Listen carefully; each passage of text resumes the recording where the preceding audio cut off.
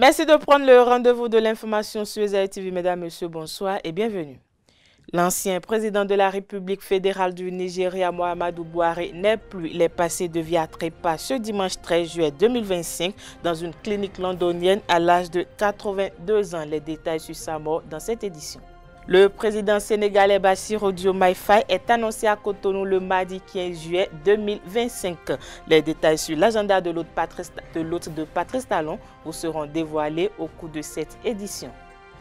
Organisé à Cotonou à l'occasion des 30 ans de la Haute Autorité de l'Audiovisuel et de la Communication AC, les travaux du colloque international ont pris fin le vendredi 11 juillet 2025. Le point de la cérémonie de clôture dans cette édition.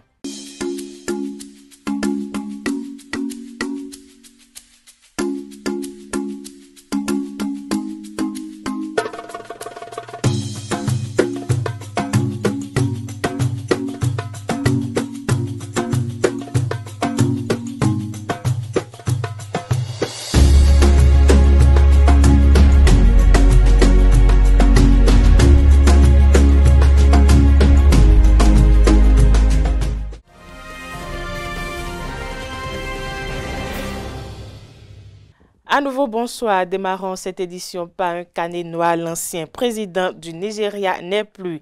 Muhammadu Buhari a rendu l'âme ce dimanche 13 juillet des suites d'une maladie. Hospitalisé dans une clinique londonienne, le prédécesseur de Bola Ahmed Tinubu a rendu le souffle à 82 ans. La triste nouvelle a été annoncée par son ancien porte-parole Garba Shehu. Diminué par la maladie avant son départ du pouvoir en 2023, Muhammadu Buhari a été président du Nigeria de 2015 à 2023. Au cours de ses mandats de démocratique, il s'est donné pour priorité de mettre fin à l'insécurité et la menace terroriste au Nigeria. Paix à l'âme, que l'âme du défunt repose en paix. Je l'annonçais à l'entame de cette édition, le président sénégalais Bassirou Diomaye Faye sera à l'hôte de Patrice Talon le mardi 15 juillet 2025. Une visite officielle du président sénégalais, selon les informations, est annoncée à cette date. Arrivé au pouvoir en avril 2024, le président Bassirou Diomaye Faye va poser pour la première fois ses valises au Bénin. Cette première visite officielle du chef de l'État sénégalais sera l'occasion de renforcer les relations de coopération entre les deux pays. Cette visite devrait permettre également au président Patrice Talon et son homologue Bassirou Diomaye Faye d'ouvrir une nouvelle séquence dans les relations entre Dakar et Cotonou autour de 3 axes majeurs dont la diplomatie, la coopération régionale et la sécurité sous-régionale. Régulation médiatique des élections à l'ère du numérique et de l'intelligence artificielle, c'est le thème du colloque international de la Haute Autorité de l'Audiovisuel et de la Communication AC qui s'est ouvert le jeudi 10 juillet dernier. Le symposium a réuni experts de la régulation des médias, journalistes, représentants de plateformes numériques, sociétés civiles et autorités électorales en présence de la vice-présidente du Bénin, Mariam Chabi Talata, épouse Zimé. Pendant 2 jours, les acteurs ont tenté d'apporter des solutions aux effets néfastes de l'intelligence artificielle pendant les périodes électorales. Une équipe de la rédaction de Zaï TV pour le reportage. L'usage à des individus imprévisibles, malveillants et potentiellement toxiques et dangereux pour eux-mêmes et pour tous. Votre présence à Cotonou et le choix de ce thème traduisent la conscience africaine de cet enjeu vital, crucial. Nous comptons donc sur vous et attendons beaucoup de ce colloque. C'est sur cette exhortation et cette attente pressante et prégnante que je déclare ouvert au nom du président de la République, chef de l'État, chef du gouvernement, Patrice Talon, le colloque international sur la régulation médiatique des élections à l'ère du numérique et de l'intelligence artificielle. À quelques mois des élections générales de 2026 au Bénin, se tient un colloque de la Haute Autorité de l'Audiovisuel et de la Communication AC qui rassemble les membres du réseau des instances africaines de régulation de la communication ainsi que les acteurs des médias du Bénin. Objectif, réfléchir sur la régulation médiatique à l'ère du numérique. Les prochaines élections générales prévues pour janvier et l'élection présidentielle prévue pour avril prochain ne se passeront pas forcément comme les autres parce qu'il y a une nouvelle donne. les prodigieuses avancées des nouvelles technologies, dont l'une des manifestations est l'intelligence artificielle. Cela nous facilite certainement la tâche, à bien d'égards. Mais il peut arriver, par exemple, qu'à l'issue de ces élections, nous ayons des résultats sortis par des algorithmes nourris de fausses données, des résultats plus vrais que nature, publiés par des médias qui existent, mais qui eux-mêmes découvriront qu'ils ont publié. C'est très complexe. Mais comme cela s'appelle intelligence artificielle, j'ai espoir que l'intelligence humaine rassemblée ici, à Cotonou, réfléchira à trouver les moyens pour commencer à gérer cette nouvelle donne. La période électorale, un moment sensible à l'ère des avancées technologiques qui mérite une attention particulière. Les périodes électorales sont des moments de tests démocratiques et de débats politiques souvent vifs et virulents, comme l'a si bien dit Nelson Mandela, et je cite, « Un peuple qui ne prend pas soin de ses élections ne prend pas soin de sa démocratie ». Face à cela, fin de citation, face à cela, une régulation s'impose, mais elle doit concilier deux impératifs souvent en tension, l'intégralité électorale et le respect des libertés fondamentales, notamment le respect de la liberté d'expression, mais également et surtout aussi celui de la vie privée. C'est cet équilibre que nous, régulateurs, devons trouver et veiller à ce que les principes généraux de la communication soient respectés par les médias, certes, mais également par les acteurs des réseaux sociaux, aussi bien en période ordinaire qu'en période électorale. C'est donc pour pallier ces craintes que se tient ce symposium en présence de la vice-présidente du Bénin, Mariam Chabi Talata. Pendant 2 jours d'échange, du 10 au 11 juillet 2025, les acteurs vont tenter de trouver des solutions pour contrer les effets néfastes de l'intelligence artificielle à l'occasion des 30 années d'existence de la HAC.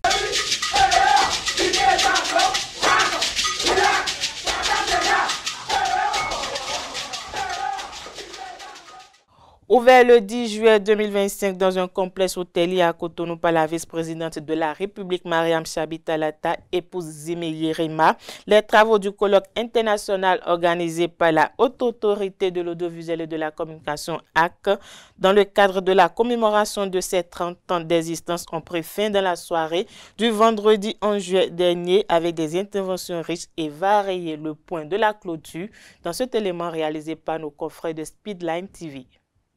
Clap de fin. Les travaux du colloque international des Nostepel de la Haute Autorité de l'Audiovisuel de la Communication RAC du Bénin ont connu leur épilogue ce vendredi 11 juillet. Face à la montée en puissance des réseaux sociaux, des fausses informations et autres algorithmes opaques, plusieurs acteurs nationaux et internationaux ont ensemble mûri des réflexions au moyen de garantir une information fiable et équilibrée en période électorale. Dans son discours d'ouverture, la représentante du président de la République, Mme Mariam Chabi Talata, a d'abord souhaité la bienvenue aux hôtes et salué la pertinence du thème choisi, soulignant la nécessité pour les instances de régulation de prendre toutes les dispositions pour que le numérique et l'intelligence artificielle soient exclusivement au service de l'humain, des communautés et des peuples. Pour elle, ces technologies doivent accompagner notre quête de sécurité, de stabilité, de développement et de progrès. Il ne faut donc pas faciliter l'exploitation à des individus malveillants et potentiellement toxiques pour eux-mêmes et pour tous. La balle est dans votre camp, a-t-elle martelé. Vous avez à choisir entre le laisser-faire qui nous expose à tous les dangers inconnus et l'endiguement qui nous garantit la sécurité, la stabilité, l'égalité, l'équité dans la communication électorale. Ce colloque international de la HAC s'est tenu dans un contexte où le Bénin se prépare pour les élections générales de 2026. Pour Edouard Loko, son institution a les moyens de ses actions. Au bout de 30 années d'existence, la HAC aura grandi en maturité. C'est elle qui propose la nomination des responsables des services publics au Bénin. C'est elle qui donne les cadres de presse. C'est elle qui autorise les médias. Même en ligne chez nous, vous n'avez même pas besoin de savoir. La RAC de Bénin n'a pas besoin de savoir combien de membres vous avez de followers.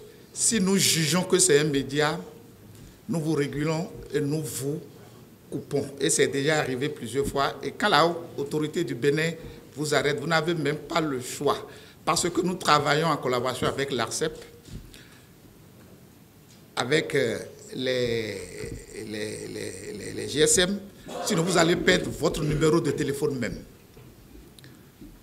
et votre connexion. Là, du Bénin est une institution vraiment, nous ne voulons pas l'être, mais ils vont vous le dire, très redoutable et redoutée, mais ce n'est pas le but. Mais nous sommes pleinement conscients que l'IA n'a pas de cadre de presse. Et c'est une nouvelle réalité. Ce n'est pas les solutions qui sont les plus importantes, mais les bonnes questions. Et je crois que durant ces 2 jours, nous nous sommes posés, grâce à vous, les bonnes questions. Et nous avons beaucoup de solutions, croyez-moi. Pendant 2 jours, les échanges ont tourné autour du développement de la technologie avec l'avènement de l'intelligence artificielle qui impacte la production médiatique, particulièrement en période électorale. Selon le président de la HAC, les fruits ont tenu la promesse des fleurs, ce qui a été confirmé par les illustres invités du réseau des instances africaines de régulation de la communication, RIARC. C'est donc ici le lieu pour nous, membres de l'espace RIARC, de mutualiser nos expériences et bonnes pratiques, d'encourager la création de conditions de partenariat entre nos institutions de régulation et les institutions de recherche pour faire de nos chercheurs des véritables acteurs de production d'outils adaptés à la régulation de l'information et de la communication dans un contexte de développement fulgurant de la technologie et intégrant nos spécificités culturelles et linguistiques. Le RIARC, cadre institutionnel de partage et de coopération entre les différents membres, nous a donc offert un cadre idéal de discussion et d'échange dans le cadre de la mise en œuvre de son plan d'action biennal 2024-2026. Je voudrais parler de ce colloque qui vient de nous accueillir donc ici à Cotonou. Et donc l'organisation a coïncidé avec le 30e anniversaire de la HAC, à qui je souhaite une nouvelle fois joyeux anniversaire. Face aux enjeux, le président Loko appelle à une mobilisation collective. Un dîner de gala mettra fin à cette rencontre de Cotonou.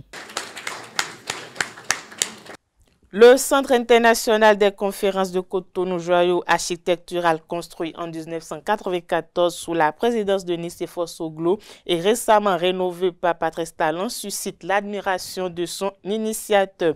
L'ancien chef de l'État, Nicéphore Dieudonné Soglo, lors d'une visite guidée, a salué la modernisation de ce site emblématique en passant par la corniche est de Cotonou, nouvellement achevée. On regarde. La corniche de Cotonou s'impose comme l'un des plus beaux symboles de la modernisation urbaine au Bénin.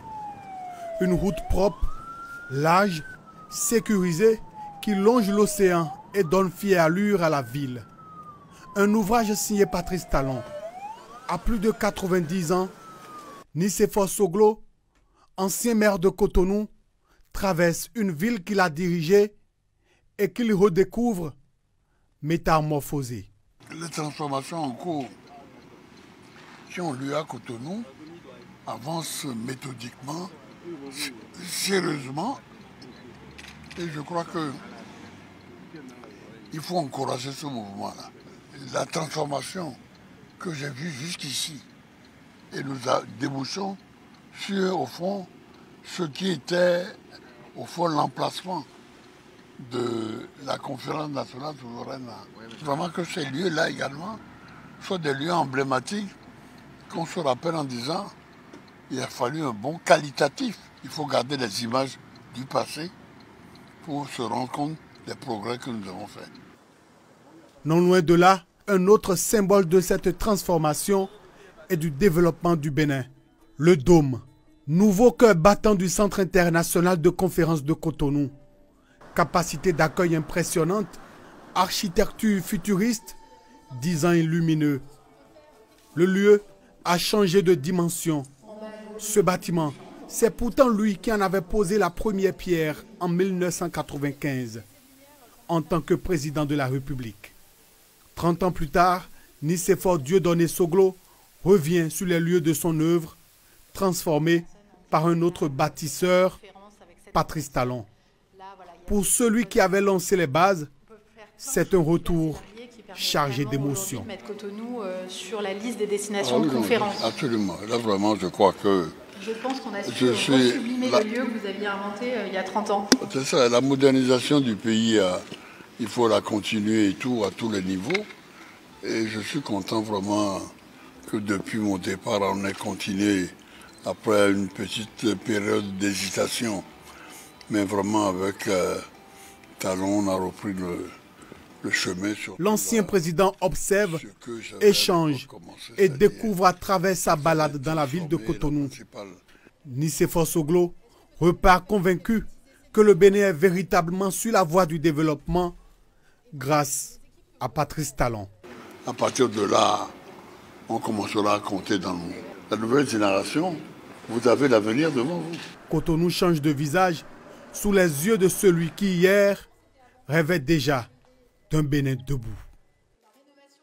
La circulation routière à Cotonou est fluide et la corniche est de la ville récemment aménagée est très appréciée par les habitants.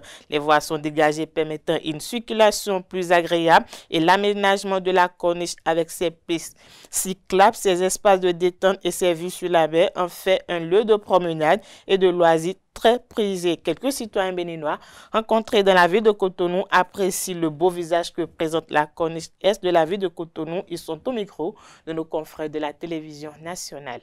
Bordée de barricades et faisant office de promenade ou de décor idéal pour des séances de prise de vue dans un passé récent, la corniche est de Cotonou accueille depuis peu ses premiers moyens roulants.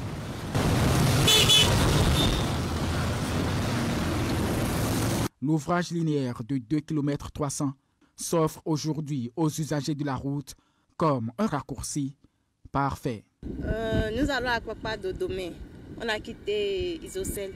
On nous a indiqué cette fois qu'on est en train de prendre. C'est plus rapide et je pense que ça mène tout droit là où on va. Pour d'autres, le choix de rouler sur cette infrastructure flambant neuve est justifié par un besoin de découverte et de distraction. Normalement, j'allais au GMB, au Grand Moulin du Bénin, pour des affaires personnelles. Et au retour, je me suis dit, bon, pourquoi ne pas faire un tour ici? Parce que je suis souvent occupé par mes activités, donc jamais le temps. Nous avons quitté jusqu'à Ekpe, mais tout juste on veut se balader pour passer par ici, pour voir comment les choses s'améliorent. Construite en 2024, la corniche est de Cotonou longe la lagune jusqu'au site ayant abrité l'hôtel PLM Alédio. Elle impressionne les Cotonois de par sa largeur, ses lignes immaculées et ses remarquables aménagements paysagers. On se sent quand même fier d'être béninois. On constate quand même la douceur de la route et ça facilite quand même le trajet. Et avant, c'était du go slow. Et là, le trafic est bien fluide. Et je vois les belles plages maintenant et la propreté et tout. J'ai fait le trajet jusqu'au fond sur au moins 2 km environ. C'est bien propre, j'apprécie beaucoup. Cet endroit a complètement changé. Merci beaucoup au président de la République. Cerise sur le gâteau, l'infrastructure routière allie confort et sécurité. Plusieurs postes de police étant installés dans son périmètre. La corniche est de Cotonou intègre le projet d'aménagement et de bitumage de la route des Pêches. Elle s'ajoute à la liste de plus en plus impressionnante des attractions de la capitale économique du Bénin. Cette édition se poursuit. L'Assemblée nationale a délibéré et adopté en sa séance plénière du vendredi 14 juillet 2025 la loi numéro 2025-16 portant vision de développement du Bénin à l'horizon 2060. Le texte a été approuvé à l'unanimité des députés présents et représentés. L'intérêt de la loi est mis en exergue par le rapport de la Commission du plan et de l'équipement de l'Assemblée nationale. Les détails dans cet élément réalisé par nos confrères de la télévision Hémicycle. J'ai été particulièrement heureux de constater que ceci s'est fait unanimement par tous les députés de l'Assemblée nationale, de la mouvance comme de l'opposition. C'est à saluer. Par cet acte solennel, l'Assemblée nationale aussi a donné un signe qui est que nous avons décidé de manière définitive de placer notre pays dans la planification de manière générale et de cesser la navigation à vue sur le plan économique et social. Parce que cette vision est l'ancrage essentiel qu'il nous faut, l'ancrage essentiel qu'il nous faut à partir de maintenant jusqu'en 2060 pour développer nos différentes actions de politique économique dans notre pays. Cette vision va désormais donc être l'instrument principal auquel nous allons nous référer tous, gouvernement comme les autres institutions, mais aussi bien la société civile qu'éventuellement les sociétés privées. Vous le savez aussi, cette adoption est l'étape principale du processus qui a commencé depuis plusieurs mois maintenant et qui a connu notamment diverses consultations. Il y a eu déjà les consultations dans les 77 communes de différentes couches de notre population, les jeunes, les femmes, les sages, les artisans, les producteurs. Chacun a pu dire là où il est, comment il voit notre pays à l'horizon 2060. Quelles sont ses préoccupations aujourd'hui et comment il les décline pour le futur. C'est très important qu'à cette étape-ci, on puisse prendre note de ça et nous inscrire dans cette même dynamique d'inclusivité. Le gouvernement, pour sa part, a déjà fait quelque chose qui est important, qui est de soumettre à l'Assemblée nationale le résultat de toutes ces consultations-là et des différentes études qui ont appuyé ces consultations. Parce qu'en plus de ces consultations qui étaient de rassembler les aspirations de nos compatriotes, il y a aussi des études importantes qui ont été faites par différents intellectuels, différents experts de notre pays qui ont pu dire dans quelle direction ils voyaient les choses évoluer. Nous avons donc cette vision qui s'intitule Bénin 2060, à la FIA, un monde de splendeur. Les députés en ont discuté longtemps et, in fine, tout le monde s'est accordé pour dire que c'est cet intitulé-là qu'il faut. Et donc, nous avons ancré cela dans la loi qui a été votée tout à l'heure par l'Assemblée nationale. Désormais, cette vision, donc, à l'horizon 2060, deviendra le cadre de cohérence de toutes les stratégies sectorielles. C'est important. Et certains qui se préoccupaient notamment de ce que sera la place de l'agriculture, par exemple, de l'artisanat, par exemple, retrouveront dans les tests qui vont être publiés la place importante qui a été faite à chacun de ces différents secteurs. Il n'y a pas de miracle. Ça commence par la planification. De 2000 quasiment à 2016, beaucoup de gens, beaucoup de dirigeants ont oublié ce qu'était à la FIA 2025. Mais dès que le président Talon a été élu, il nous a dit regardez à la FIA 2025 et remettez au goût du jour la planification. Et donc, il y a eu le programme national, le plan national de développement, le PND, et puis les deux PAG que vous connaissez, le PAG 1 et le PAG 2, qui sont les instruments donc d'opérationnalisation de la FIA 2025. Donc bientôt, un nouveau PND va être élaboré pour traduire cette vision 2060 dans le premier PND. et puis un peu après par le premier PAG qui va suivre. Restons toujours au Parlement béninois réuni en séance plénière le lundi 7 juillet 2025 au Palais des gouverneurs. Les députés béninois sous la présidence du président Louis Bernou-Vlavonou ont adopté une réforme majeure du cadre juridique encadrant le pipeline d'exportation Niger-Bénin, une avancée stratégique destinée à garantir la stabilité des investissements et à protéger les intérêts de l'État et de ses partenaires. La modification concerne la loi numéro 2020-04 du 8 mai 2020 réglementant le régime juridique, fiscal et douanier du projet Pipeline Bénin-Niger. Elle introduit un nouvel article 6 consacré à la sécurisation des engagements contractuels en cas d'évolution des lois ou réglementations nationales ou internationales. Plus de détails avec nos confrères de la télévision Hémicycle. Merci beaucoup, Monsieur le Président. Le test... En examen à l'Assemblée nationale ce lundi 7 juillet 2025, un projet de loi portant modification de la loi 2020-04 du 8 mai 2020 portant régime juridique, fiscal et douanier applicable au projet de pipeline d'exportation Niger-Bénin.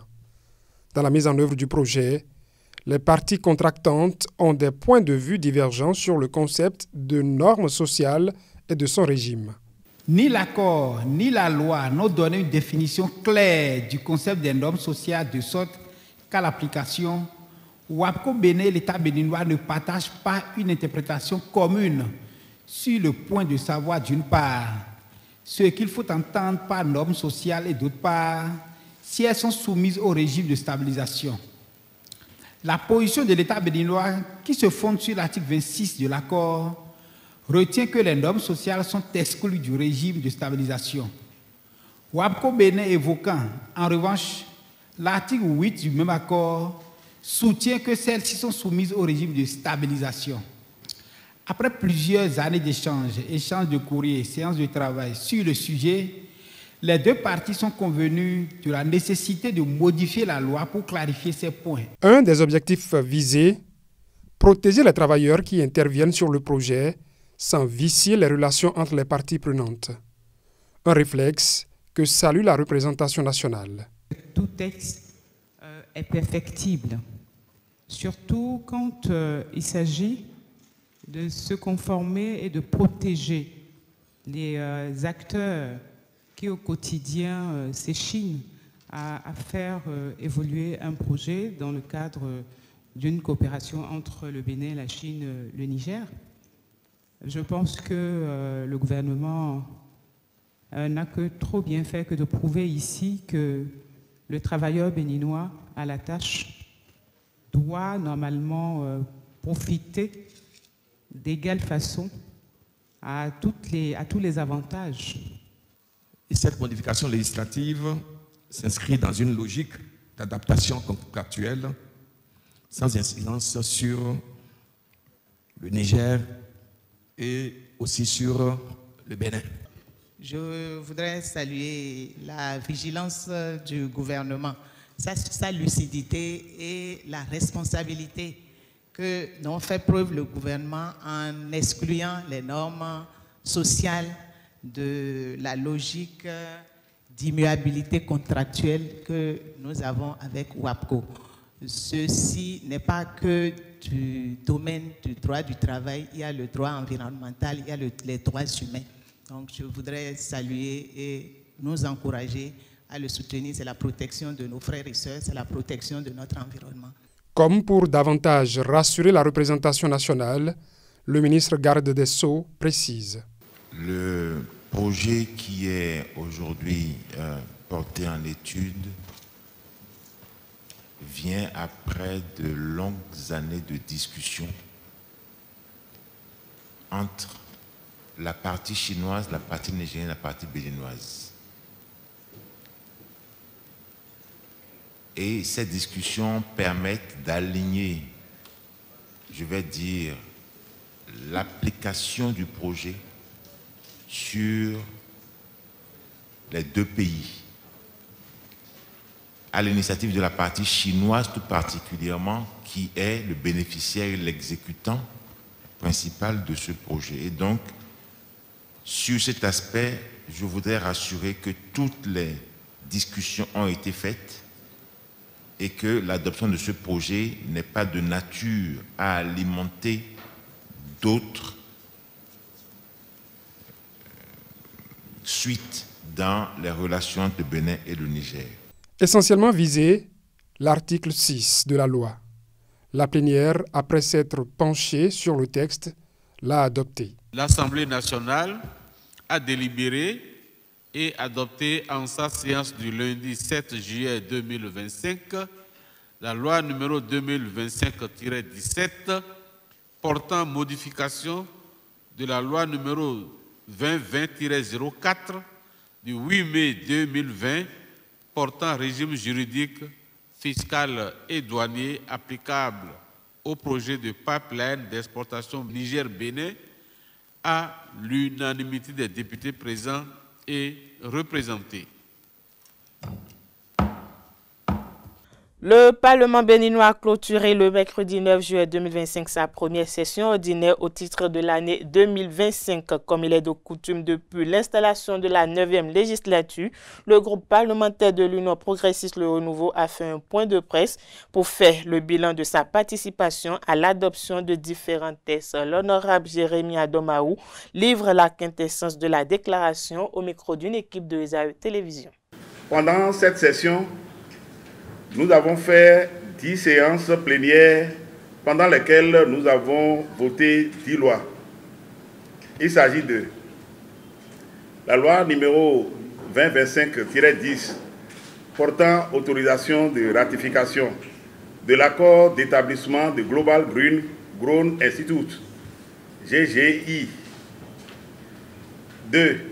La loi 2025-11 portant modification de la loi 2024-31 du 2 septembre 2024 relative à la reconnaissance de la nationalité béninoise aux afro-descendants en République du Bénin. 3. La loi numéro 2025-12 portant modification de la loi numéro 2017-08 du 19 juin 2017 portant identification des personnes physiques en République du Bénin. 4. La loi numéro 2025-13 portant autorisation de ratification des protocoles additionnels à la Convention d'Abidjan signée à Abidjan le 12 juillet 2019 et relatif à la gestion intégrée des zones côtières, à la gestion durable des mangroves, aux normes et standards environnementaux applicables en matière d'exploration et d'exploitation pétrolière et gazière offshore, à la pollution provenant de sources et d'activités terrestres. 5. La loi 2025-14 portant réglementation de la microfinance en République du Bénin. 6. La loi 2025-14 relative à l'entrée, au séjour, à la résidence et à la sortie des étrangers en République du Bénin. 7. La loi 2025-16 portant vision nationale de développement à l'horizon 2060 en République du Bénin. 8. La loi 2025-17 portant modification de la loi numéro 2020-04 du 8 mai 2020 portant régime juridique, fiscal et douanier applicable au projet de pipeline d'exportation Niger-Bénin. 9. La loi 2025-18 modifiant et complétant la loi numéro 2022-09 du 27 juin 2022 portant loi organique sur la Cour constitutionnelle. 10.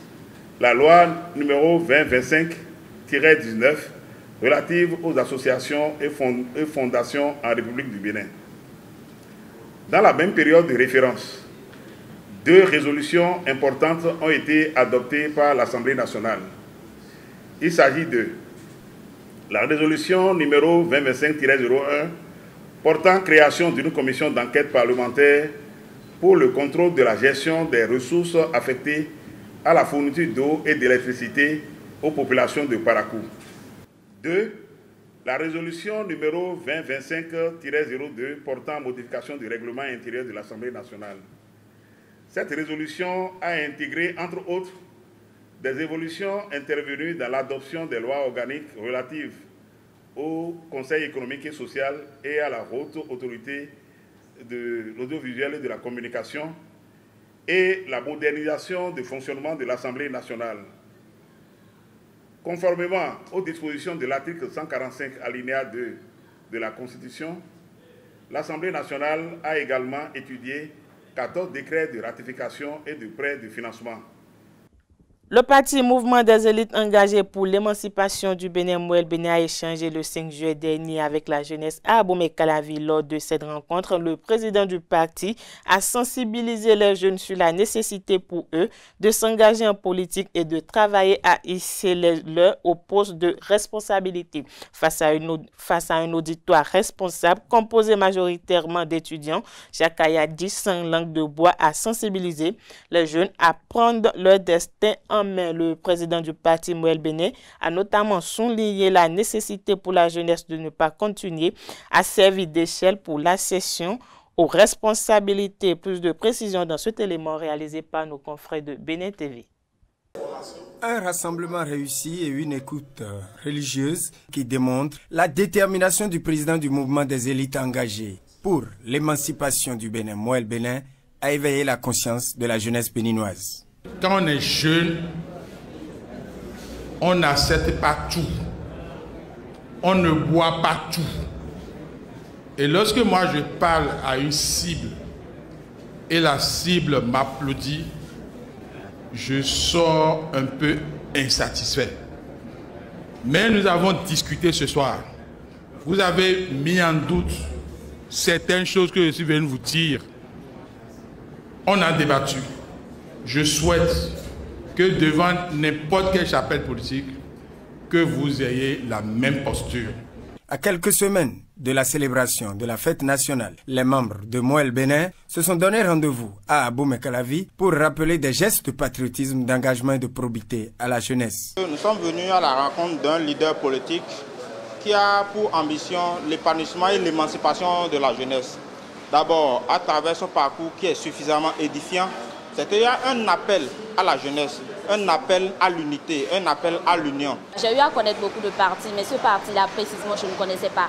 Mais je trouve que j'ai pas mal fait de venir aujourd'hui voir en fait qu'il y a quelqu'un qui parle des jeunes, qui veut intégrer les jeunes dans la politique, alors surtout les femmes. Alors là, je suis vraiment contente. Pruna, projet de renforcement de l'unité agricole, Pruns, projet de renforcement de l'unité nationale par le sport, sont entre autres projets concrets témoignant de l'engagement de Moël Bénin pour le mieux-être de la jeunesse.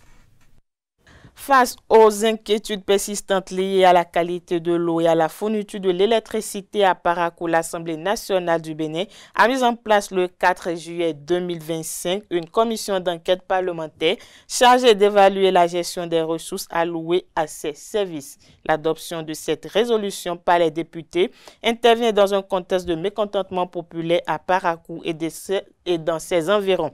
La population dénonce depuis plusieurs mois les interruptions fréquentes d'électricité et la pénurie d'eau potable. Plus de détails sur la commission avec nos confrères de Canal 3 Bénin dans cet élément. Les actions qui sont faites sont d'une gravité telle que on doit se réjouir de ce que le Parlement veuille ouvrir la voie à ce qu'on voit clair. Parce que des dizaines de milliards siphonnés, ça donne froid dans le dos. Lorsque le ministre a été mis de côté, je me suis demandé si c'était un fusible qu'on faisait fondre. Mais je me réjouis que la proposition de résolution commence par prendre un bon chemin.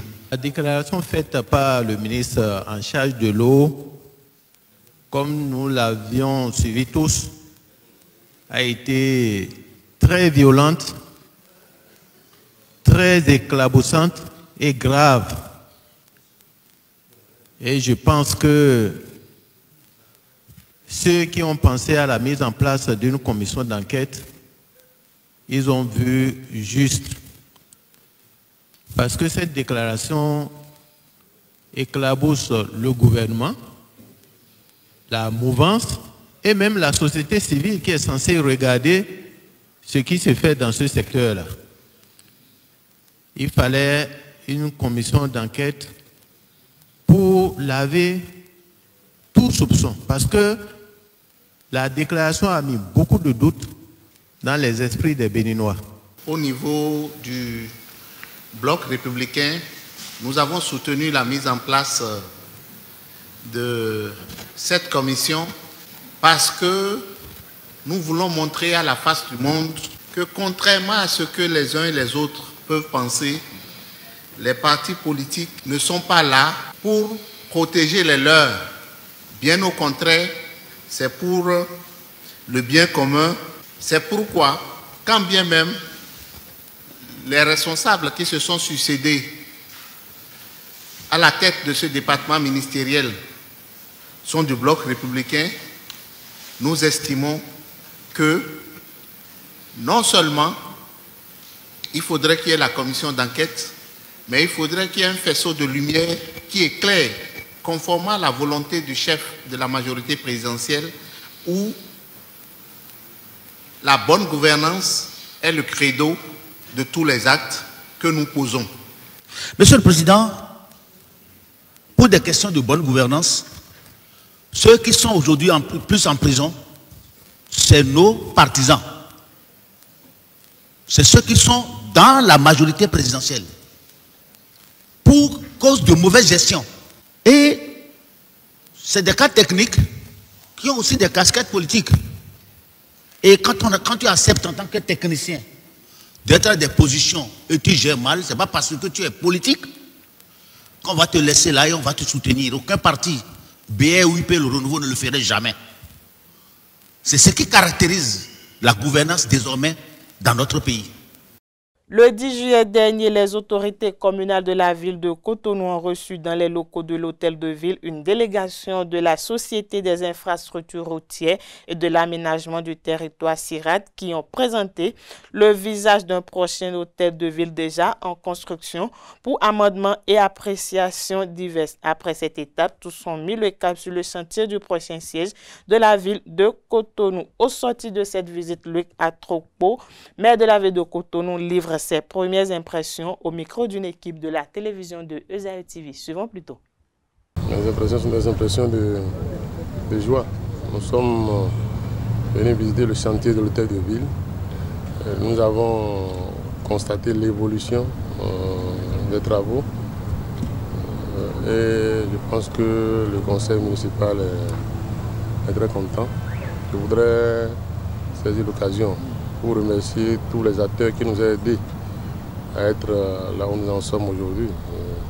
À commencer par le chef d'État lui-même, à son gouvernement, notamment le ministère du cadre de vie, et puis SIRAT qui assure la maîtrise.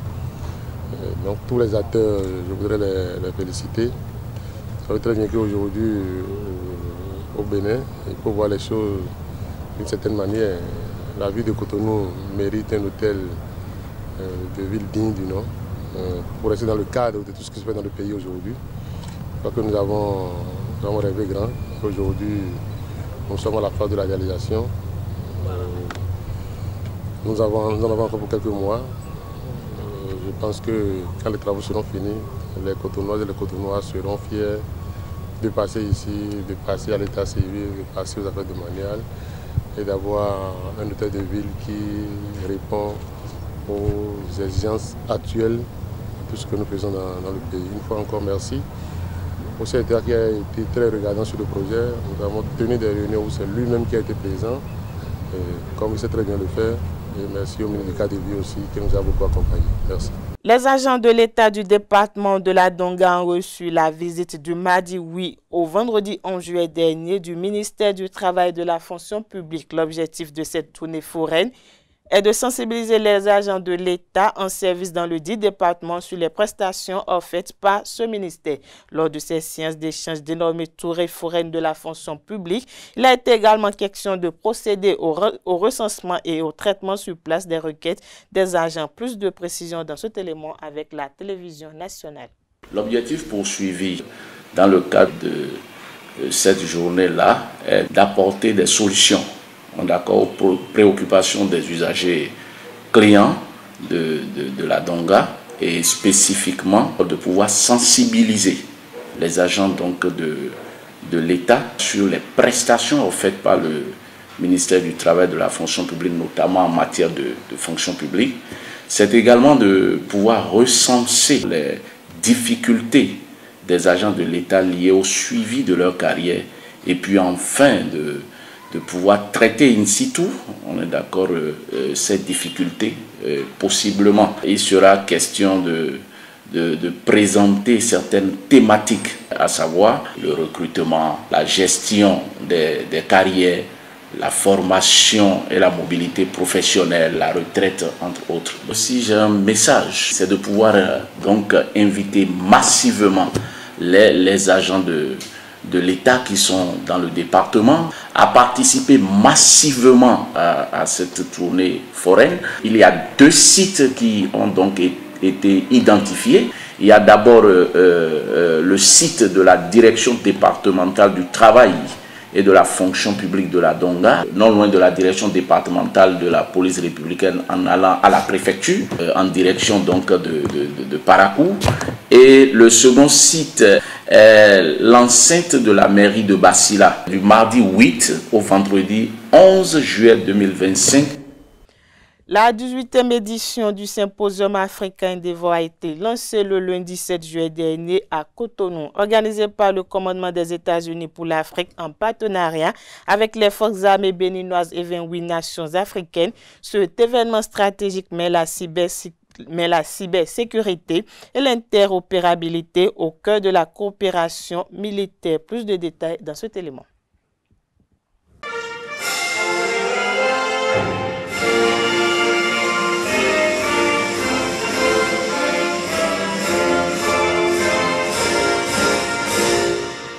Ce sont les enjeux et défis de la cybersécurité qui sont au centre de ce symposium qui réunit des responsables des forces de défense et de sécurité du Bénin aux côtés de leurs homologues des pays voisins, de même que les partenaires stratégiques.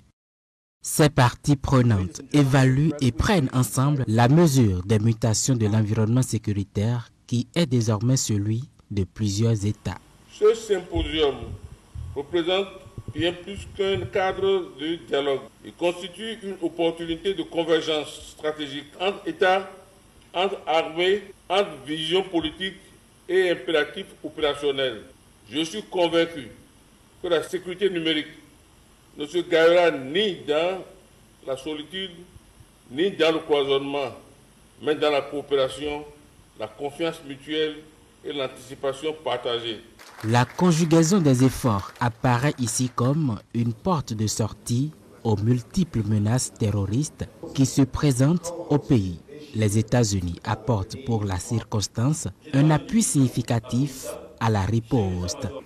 Comme de nombreuses nations ici présentes, le Bénin est confronté à des menaces de la part de groupes terroristes. Ces forces de sécurité ont fait de grands sacrifices pour protéger son peuple et sécuriser ses frontières. Pour honorer ces sacrifices, il est essentiel que le Bénin et les autres pays de la région ici présents travaillent ensemble pour faire face à ces menaces. Grâce à Africa Endeavor, les États-Unis offrent aux pays représentés ici une plateforme d'échange de connaissances vitales. Cet effort renforce la capacité du Bénin et de tous les partenaires à contrer les menaces, à la sécurité et à partager la responsabilité collective d'une région plus sûre. Les réflexions des participants iront dans le sens de façonner un avenir où les extrémistes et les criminels n'ont plus d'espace ni pour agir, ni pour nuire. Le 38e colloque de l'Association internationale de climatologie s'est ouvert dans la matinée du mardi 8 juillet dernier sur le campus d'Abomey-Calavi au Bénin, organisé par l'AIC en collaboration avec le laboratoire Pierre Pagnet, Climat, Eau, Écosystème et Développement. Pendant 3 jours, des réflexions scientifiques ont abouti à des outils d'aide et à la décision face aux enjeux climatiques ont été abordés. Le point de la cérémonie de lancement avec Bénin TV. Ce 38e colloque de l'Association internationale de climatologie est organisé sous la houlette du LACED, avec l'appui de l'école doctorale pluridisciplinaire Espace Culture et Développement de l'Université d'Abomey-Calavi. Il s'inscrit dans la vision d'une formation doctorale ancrée dans les réalités endogènes et préoccupations majeures du monde actuel. Le thème retenu, climat, agriculture, ressources en eau, tourisme et développement, traduit la nécessité d'aborder les enjeux climatiques de manière holistique. Dans un contexte mondial marqué par l'aggravation des bouleversements climatiques, la recherche académique se révèle plus que jamais indispensable. Et il ne s'agit plus de viser uniquement le progrès social et économique, mais d'inscrire désormais nos ambitions dans le respect des limites écologiques et des équilibres naturels. Ce 38e rendez-vous de l'AIC se tient dans la continuité de la précédente édition tenue en juillet 2024 à Paris pour promouvoir les échanges scientifiques entre chercheurs et acteurs de développement. Des acteurs qui se réunissent pour 3 jours autour du climat, de l'agriculture, des ressources en eau, du tourisme et du développement comme axe majeur et prioritaire du gouvernement. Cela dénote de l'importance non seulement de la thématique choisie, mais également de l'intérêt pour le développement de notre pays. Il est important que nous puissions échanger sur les risques et les catastrophes et les stratégies d'adaptation et de résilience pour faire face durablement à ces catastrophes. Cette rencontre offre ainsi à ces acteurs une occasion de croiser les expertises et de faire émerger des solutions transversales audacieuses et solidaires dans un monde en perpétuelle recomposition. Vous savez, la finalité de tout colloque, c'est la mise en place d'outils d'aide à la décision. Proposer des stratégies aux décideurs pour mieux gérer et durablement les espaces qui leur sont confiés. Les thématiques de ce 38e colloque de l'AIC aideront donc le Bénin à avoir des outils pour une bonne gestion de son espace. Dans un autre contexte à présent, l'Institut des artisans de justice et de paix Champ d'Oiseau a organisé sa conférence du mois. Le jeudi 10 juillet dernier, le thème de la conférence, souveraineté du pouvoir politique en Afrique entre unité africaine et impuissance des dirigeants africain a été décortiqué par le professeur Nassirou Arifari Bako, ancien ministre des Affaires étrangères et actuel député à l'Assemblée nationale. Le reportage avec Esaü Télévision. Souveraineté du pouvoir politique en Afrique entre unité africaine et impuissance des dirigeants africains. C'est sur cette thématique que le professeur Nassirou Arifari Bako a donné sa conférence du 10 juillet. Organisée par l'Institut des artisans de justice et de paix Champ d'Oiseau, IAJPCO, cette conférence a permis au professeur conférencier du jour de développer la thématique en exposant différents aspects. On veut créer l'unité africaine à partir d'instruments dont la conception, l'institutionnalisation n'ont pas été le fait des Africains eux-mêmes. Quand vous prenez les espaces, les territoires des États sont issus du découpage colonial et à la création de l'OUA, on a dit intangibilité des frontières issues de la colonisation. Donc, appropriation de ces frontières. Et nous avons voulu maintenant, à partir de ces frontières, les transcender et créer un autre type d'espace. Après avoir tenté de récupérer des espaces fédéraux coloniaux, et on a dit, retrouvons-nous pour créer. C'est pour cela que je dis, l'unité africaine, c'est une utopie, c'est une illusion fonctionnelle, mais elle mobilise, mais elle produit des effets. et nous avons des effets. En une heure, Nassirou Arifari Bako, ancien ministre des Affaires étrangères et actuel député à l'Assemblée nationale, a expliqué les notions de souveraineté politique, unité africaine et impuissance des États africains. Riche de savoir, l'exposé a offert à l'assistance le nécessaire pour mieux appréhender des faits entre pays africains et puissances occidentales. Une satisfaction pour le père directeur de l'Institut des artisans de justice et de paix, Champ d'Oiseau, le père Arnaud-Éric Aguenounon, qui appelle à la gouvernance réelle des décideurs africains. Le décideur est confronté à des réalités exogènes et des réalités intrinsèques au pouvoir. Mais notre souhait, c'est que le décideur soit vraiment gouverneur et que le colon cesse d'être gouverneur. Et si le décideur arrive à gouverner, c'est-à-dire tenir le gouvernail et conduire la barque malgré les vagues, et en constituant un corps social avec tous ceux qui sont dans la barque, sans exclusion, sans division, et en portant chacun dans ses fragilités, dans ses limites, avec conscience, connaissance et amour patriotique, je crois que quelque chose est faisable. L'IAJPCO réaffirme son engagement d'être un cadre d'éveil et de dialogue inclusif. Le prochain rendez-vous est fixé pour août 2025 pour le débat contradictoire. La chaire UNESCO des droits de la personne humaine et de la démocratie a organisé le vendredi 1 juillet une conférence sur le thème « Liberté d'expression dans le champ politique ». Conférencier à cette assise, le père directeur de l'Institut des artisans de justice et de paix Champ d'Oiseau, Éric Aguenounon, a opiné sur les exigences de la liberté d'expression chez l'acteur politique. Suivons ensemble ces propos au micro d'une équipe de notre rédaction. La liberté d'expression de l'acteur politique est une parole d'autorité, de responsable, de leader, de rassembleur ou d'une institution. En ce sens, l'usage de la liberté d'expression chez l'acteur politique est systématisé, thématisé, orienté, partisan et stratégique. Les ivraies de la démagogie, du mensonge, de la manipulation, des demi-vérités, du silence coupable et de la banalisation menacent le champ de la liberté d'expression chez l'acteur politique. Qui est alors l'acteur politique?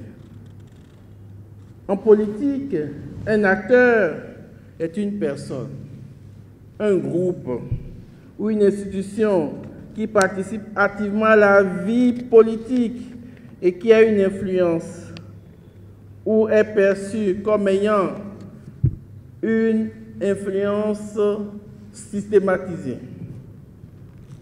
On systématise l'influence grâce aux lois, grâce aux us et aux coutumes, grâce aux pratiques.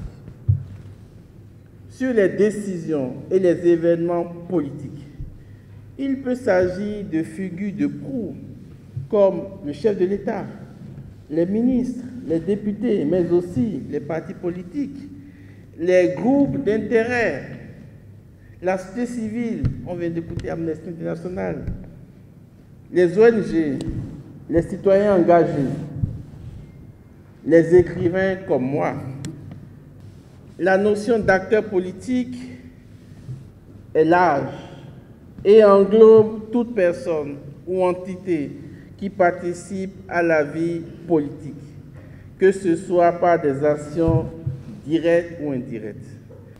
L'exercice de la liberté d'expression de l'acteur politique dans le champ politique, l'étendue de l'exercice. Et très souvent dans l'exercice d'un droit, on ne pense pas à l'étendue. Le droit est toujours limité. Et donc, l'expression de la liberté d'expression, parce que liberté d'expression, c'est une expression. Cette expression est en réalité tournée et condensée dans ce que j'appelle la vitalité. Faire savoir, exister entre parole et silence, représentation de soi et de sa fonction, style vestimentaire, modèle de vie. L'étendue, c'est tout cela. Une autorité qui sait garder silence, une autorité qui sait parler de façon claire, précise, avec retenue, avec tenue et ténacité. Le public cible la temporalité et le lieu. Très souvent,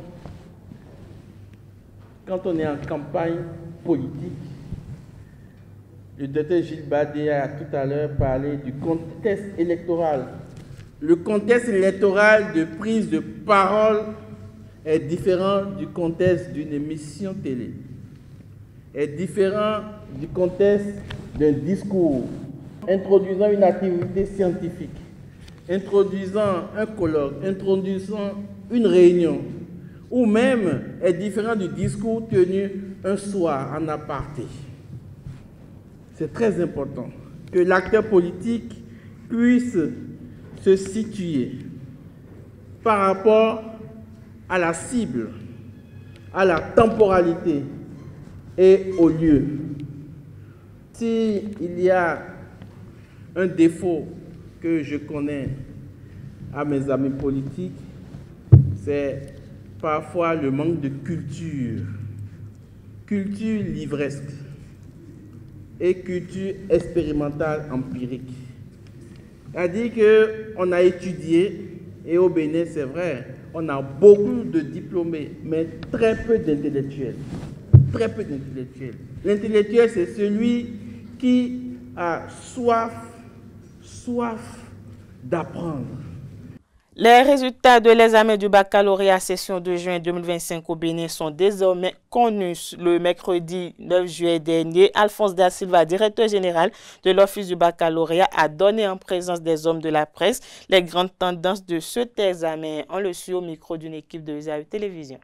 Cette année, sur les 118 537 candidats présents, nous avons 57 349 admis, soit un taux de réussite de 73,0%.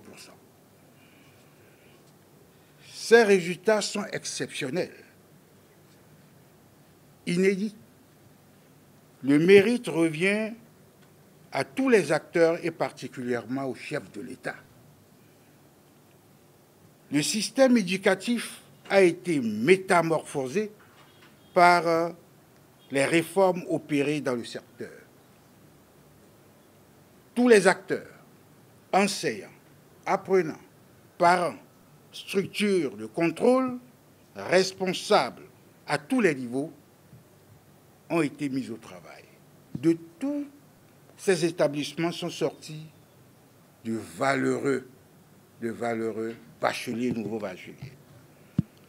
Nous pouvons en être fiers pour notre pays au vu de ce qui se passe dans l'environnement. Le chef de l'État nous montre que lorsque on est persévérant et rigoureux dans le travail, on peut réaliser de grandes choses. Je suis personnellement ému pour ces résultats. Je savais que les résultats seraient bons, mais voilà, je vous les donne série par série. Série A1, 78,68% taux de réussite. A2, 74,96%. B, 81,26%, C, 82,77%, D, 72,95%, E, 65,63%, EA, eau et assainissement, 63,70%, F1, 27,51%, F2, 68,87%, F3, 62,69%, F4, 36,45%, G1, 71,85%, G2, 70,91%, G3, 60,75%.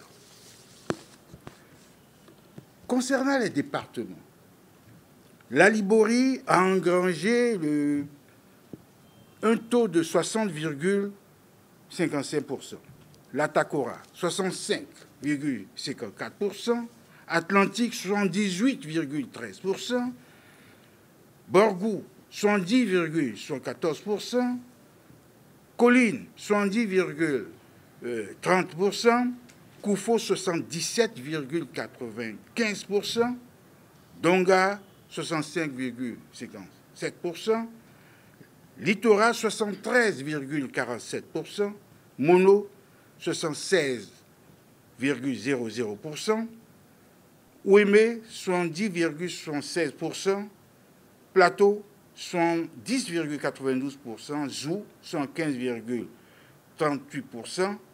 Au total, pour le Bénin, vos enfants engrangés le taux de 73,02%.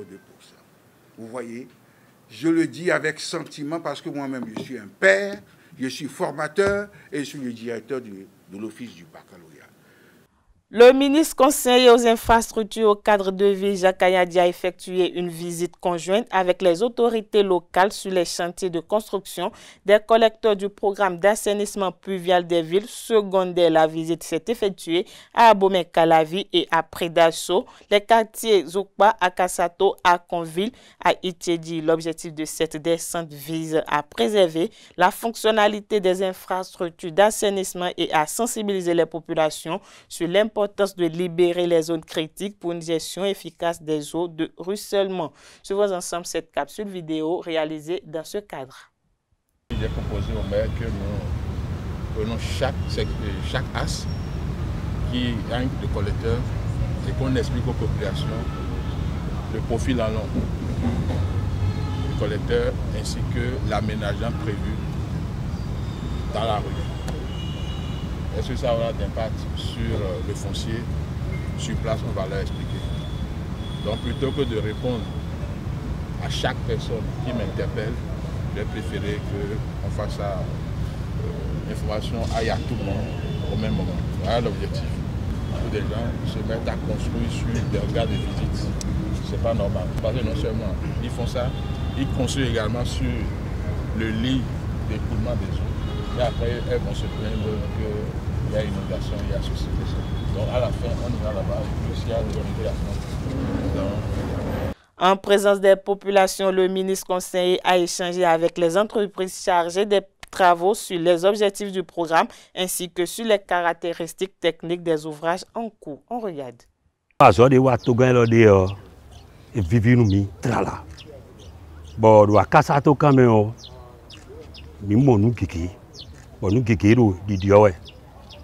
Nous avons vu le mitra là, particulièrement le ministre conseiller de Toganwaze Dile. Et là, il y a des soucis, il y a des soucis. Parce que le ministre l'a dit, il a dit, comme la sans cacaria. Mais il y a quelque chose qui est bon, nous sommes dans un camion et qu'on j'ai un bureau de John. Voyez, bureau terrain, on dit. Parce que la casa de fille, il met à temps. Donc, il y a justice, il y a microfinance, il faut mettre un temps, il y a dit, bon, difficulté, et bon, on a noté bi. Nkamoro, Yekuro Yibuno Damano, et donne Rombolo.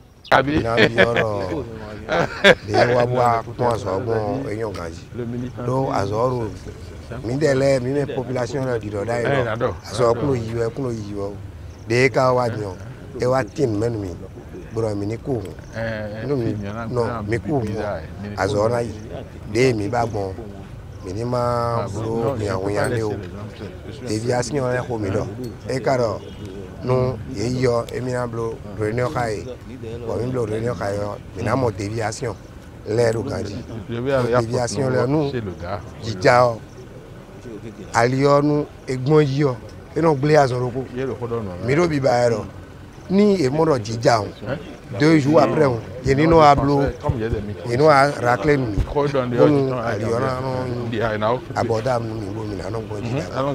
Parlons religion dans cette édition. La paroisse de Banikani, un quartier de Parakou dans le département du Borgou, a servi de cadre le 5 juillet dernier à un culte d'action de grâce organisé en l'honneur du président de la République, Patrice Talon. Une initiative portée par les grands dignitaires fidèles du christianisme céleste venus témoigner leur gratitude pour l'unification historique de leur église autrefois divisée. Le ministre conseiller Rachid Gbadamansi, invité en qualité de parrain de cette célébration, a été accueilli avec ferveur par les fidèles, témoignant de la reconnaissance de la communauté pour son engagement spirituel et social. Après des décennies de division interne, l'Église du christianisme céleste retrouve son unité.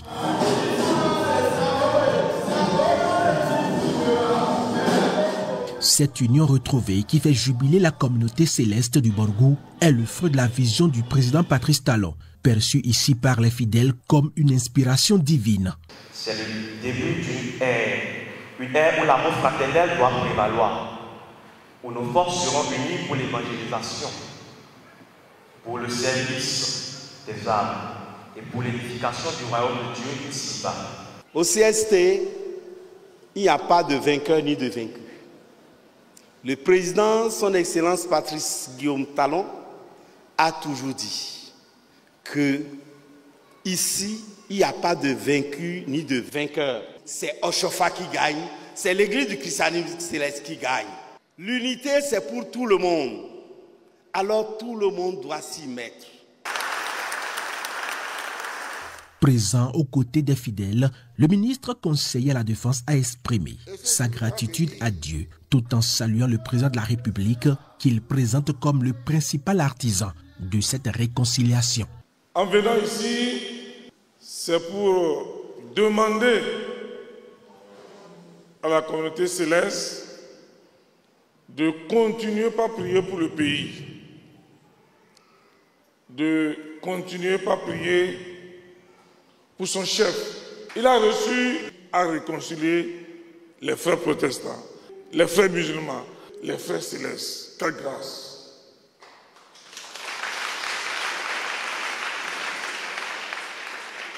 Il a reçu là où beaucoup ont échoué. Et c'est parce que le Dieu de Chofa est juste que je vous demande humblement de prier pour le pays, de prier pour le chef de l'État. L'unification rassemble toutes les paroisses du Borgou. Elle consacre ainsi la volonté du président, portée par le Conseil supérieur de transition, d'unir tous les enfants d'Oshofa. Dernière information pour boucler cette édition, la 5e édition des activités de loisirs dans les centres de détention du Bénin a été officiellement lancée le 7 juillet dernier à la prison civile de Cotonou. Portée par le ministère des Sports via la direction de la jeunesse, des loisirs et de la vie associative en collaboration avec l'agence pénitentiaire du Bénin, les activités de loisirs dans les centres de détention du Bénin visent à améliorer le bien-être des détenus. Le compte-rendu de la cérémonie de lancement avec nos confrères de la télévision nationale. Un lundi, pas comme les autres, à la maison d'arrêt de Cotonou. L'animation et la compétition amicale se frayent un passage entre les murs d'enceinte.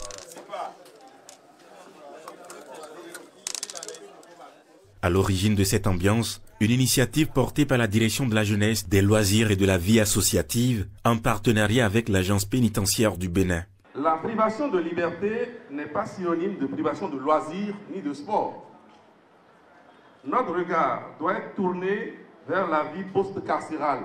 Ici, les jeux de société deviennent bien plus qu'un simple passe-temps. Ils sont une parenthèse de légèreté, un moment pour retisser des liens, se recentrer et garder espoir. Les activités de loisirs sont obligatoires tous les jours, surtout que nous avons ces condamnés-là qui ne font plus de mouvement vers l'extérieur. Quand je parle de mouvement vers l'extérieur, c'est dans les juridictions concernant leur dossier. Ces activités sont encadrées par les surveillants pénitentiaires. Donc quand les surveillants ne sont pas disponibles, nous sommes obligés des fois de leur demander de ne pas les organiser. Nous savons tous combien de fois le temps passe lentement entre ces murs. Chaque jour, chaque heure peut sembler identique à la précédente. Ce programme, qui est à sa 5e édition, représente une fenêtre vers un quotidien plus humain et une préparation au retour à la vie en société. Nous débloquons pour chaque maison d'arrêt, pour les 8 jeux, 600 000 pour récompenser les meilleurs. Et en plus de ça, nous laissons à la disposition des maisons d'arrêt quelques exemplaires de chaque jeu pour que, après nous, lors de leur moment de divertissement réglementé à l'intérieur, qu'ils puissent avoir accès au matériel de bonne qualité. Dans ces lieux où le temps semble suspendu, le loisir s'impose comme une petite victoire sur l'ennui et le désespoir. Voilà, c'est tout pour cette édition. Merci de nous avoir suivis. Agréable soirée à tout un chacun.